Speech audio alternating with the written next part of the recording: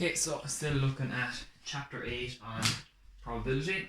Okay, and we're actually going to look more at introducing probability as opposed to listing the outcomes of different events that we have. Okay, so just a quick recap, okay, of a few of the terms we're going to do and having a look at what probability actually is. So make sure you take this down, pause the video, make sure you take it down in your notes on a new page, introducing probability. So if you're asked in one word, what is probability? Probability is all about this thing called chance. Okay, really, really important. Okay, so things like, oh, what is the chance of it raining today? So you might say there's a 70% chance of it raining today. Okay, that means it's fairly likely. Okay, and that word we're going to move on to soon enough. The word likely. Okay, as opposed to if you were living, say, in, let's say you're living in Africa. Okay, there's probably a 3% chance it will rain today in Africa, okay, because they get little precipitation, little rain, okay. So a few terms we're looking at, okay, you've seen a few of these already. We're just going to have a quick look at them again. So first thing is a trial, okay, because you see these a lot now, so to make sure we know them, so make sure you take these down. So a trial is doing an experiment in probability, okay, and the example of that, okay, and I can write them in here, is rolling a die. Okay, so a die, or a die is singular for dice. Okay, so rolling a 6-sided die, that would be your trial. That's actually doing a trial. Next one is an outcome. So an outcome is one possible result of a trial. So if my trial is rolling a die, one possible result of my rolling a die trial is I could get a 4. Okay, so my result, one of my results could be I could roll a 4. Next one, an event is the occurrence of one or more specific outcomes. So I'm going to keep with my example of rolling a die. If I have an event that is the occurrence of one or more, so it could be one or it could be more. So for my die, it could be something like, what's the probability of getting or rolling a 1 or a 2? Okay, so that's your event, okay? It's not, it mightn't be one exact thing. It might be 1, or it might be more. So here I have more than 1. Okay, it could be 3, it could be 4. And the last one is the sample space. And we know, hopefully you can remember what sample space is a set or list. So we're back to our chapter on sets. That's why we use a curly bracket sometimes.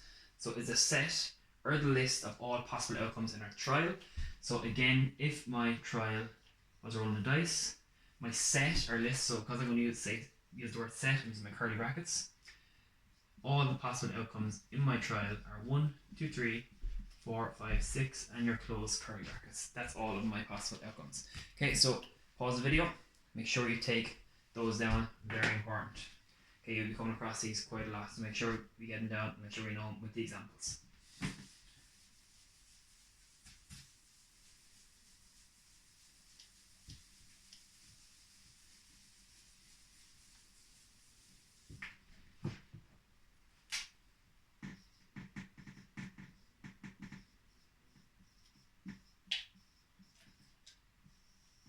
Okay, so the next thing we're looking at is a thing called a likelihood. The L. It's called the likelihood scale. Okay, and it is a scale very similar to your number line. Okay, but it's not using numbers. Okay, so the likelihood scale looks like this. Okay, if you're told that something is a guarantee certain it's going to happen, on the likelihood scale, it would be at the far right. Okay, this is certain. So, for example, picking something that is certain. I'm certain I'm going to upload this video onto Teams. That's a guarantee. There's no reason why I'm doing it otherwise. I'm guaranteed going to upload it onto Teams. That's a certainty. I'm certain I want to have my dinner today. Okay, things like that. If the far right is certain, and the far left is the complete opposite, okay, this one is called impossible. So questions that could be impossible. Is it going to rain cats and dogs today? Okay, there's no way ever it would possibly rain from the sky cats and dogs. Okay? Things like that. There's loads of things that are impossible in life. Okay? Right in the middle, okay? And in the middle you have a 50-50 chance. Okay? So this is a thing called evens. So if your even chance is 50-50, you have an even chance of getting it. So the exact perfect example for a 50-50 chance, and there's a good few of them as well, but the main one that people would say is flipping a coin. So flipping a coin, you have a 50-50 chance of getting a head or getting a tail. So you have an evens chance of getting it. Okay, if you look between impossible and evens, okay, so if it's not quite 50-50, but it's not quite impossible, it's a thing called, okay, I'll do this in a different colour.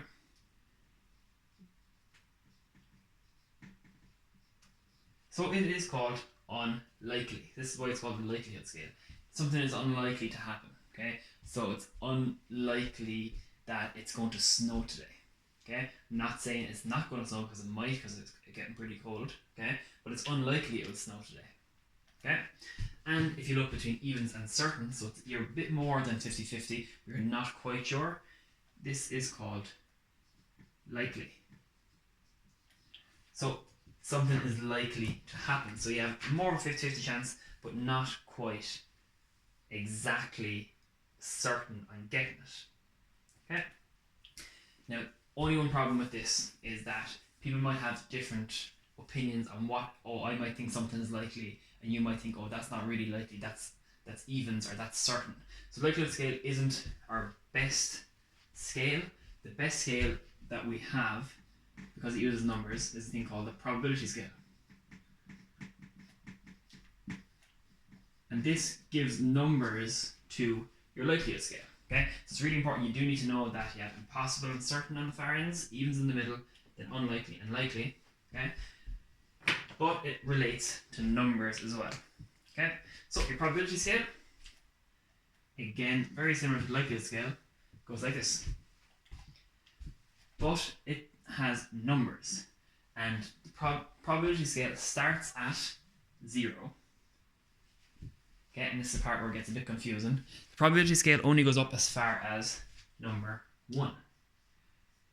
Okay, so that means that at 0, if you said you have a 0% chance of, let's say, 0% chance of raining cats and dogs, use that example again. That means it's impossible. Okay, so they kind of match up the likelihood scale and the probability scale. It's impossible. If I say I'm 100%, so the 1 is very similar to saying 100%. Imagine it's like a percentage scale, 0 to 1. That means if you're 1, if you're here, it means you're 100%, it means you're certain. Okay, the evens, hopefully you know what I'm going to put here. Okay, so it is, so this, okay, it's 0, but it means it's 0%. This is 100%. So if I had to pick between 0 and 1, it's a decimal, so it's 0.5 or 50%. Okay, because it's exactly halfway there, it's 50%, such as your head or your tails. Does that make sense? Yeah. Now, they don't have any more numbers, this is all the numbers you need to know. What they do have is anything that is lower, so going from 0.5 down, it is more unlikely.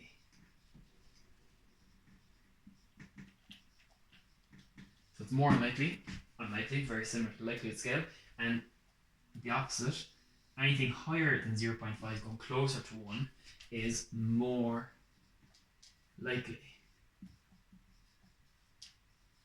Okay, it's more likely.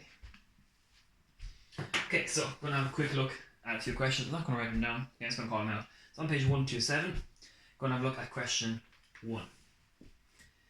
Okay, and it says, or will we do that one?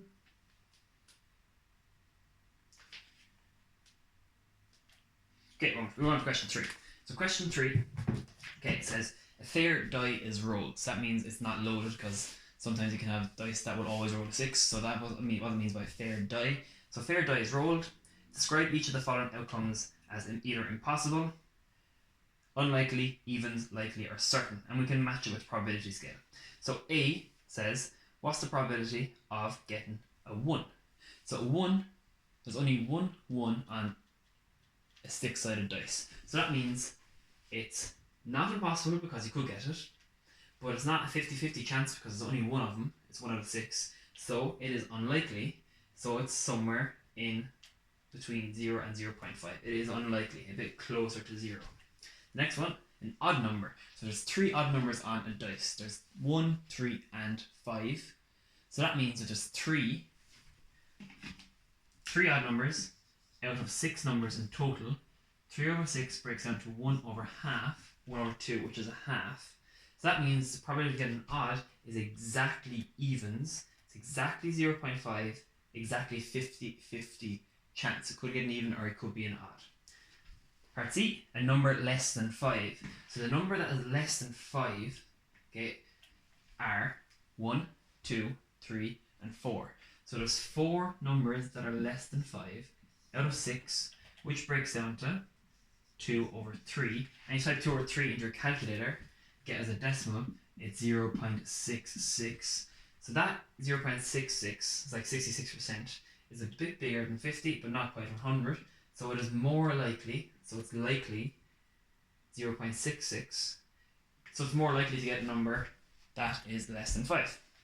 Part D, a number greater than 6. So if you have a dice, if you've ever seen a dice, there is no numbers that are greater than 6, so it is impossible.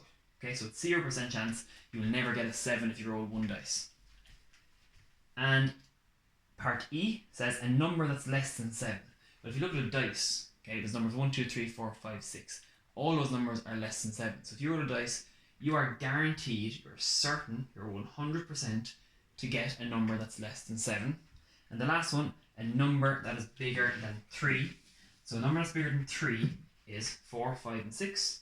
There's 3 possible outcomes out of a total possible of 6, which breaks down to, again, which is a half, which is 50-50. Okay, hopefully that makes sense. Okay, so what you can do now is there 2 pages? Okay, so on page 127, give question 2, question 4, and on page 1, 2, 8, side row over, give question 6 and 7 a go.